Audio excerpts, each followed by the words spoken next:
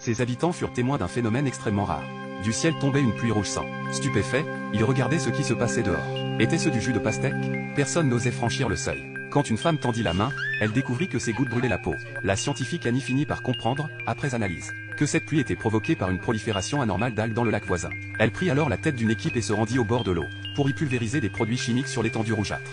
Des heures durant, ils poursuivirent l'opération, jusqu'à ce que la pluie retrouve peu à peu sa couleur normale. Mais l'affaire était loin d'être terminée. Une deuxième crise survint aussitôt. Annie découvrit, sur une exploitation agricole, des insectes mutants, minuscules mais voraces. Ils pouvaient dévorer des aliments 100 fois plus lourds qu'eux.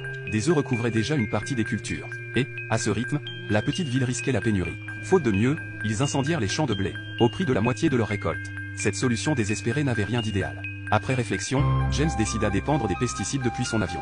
Mais une erreur de pilotage pouvait le faire heurter la paroi invisible du dôme. Comme le dernier champ se trouvait trop près de cette barrière, l'appareil la frôla inévitablement. La situation était critique. Heureusement, grâce à son sang-froid, James réussit à manœuvrer et à rentrer indemne. Le dôme, pourtant, ne leur laissa aucun répit. Une troisième menace se profila. La température du bourg chuta brutalement. Des cristaux de glace apparurent sur les bords de la paroi.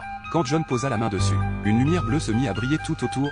Il sentait nettement que la paroi descendait. Au moment où il voulut se dégager, sa main resta gelée contre le mur. Ses compagnons accoururent et tirèrent de toute leur force. Ils ne parvinrent à l'arracher qu'en lui entamant la peau. Une seconde plus tard et sa main aurait été prise dans la terre, comme engloutie pour devenir de l'engrais. La nuit tombait, le lac de la ville était gelé, et la température était descendue à 5 degrés C. Le lendemain, heureusement, l'air extérieur se réchauffa peu à peu. Alors qu'ils discutaient du déplacement de la paroi, un son aigu et strident retentit soudainement.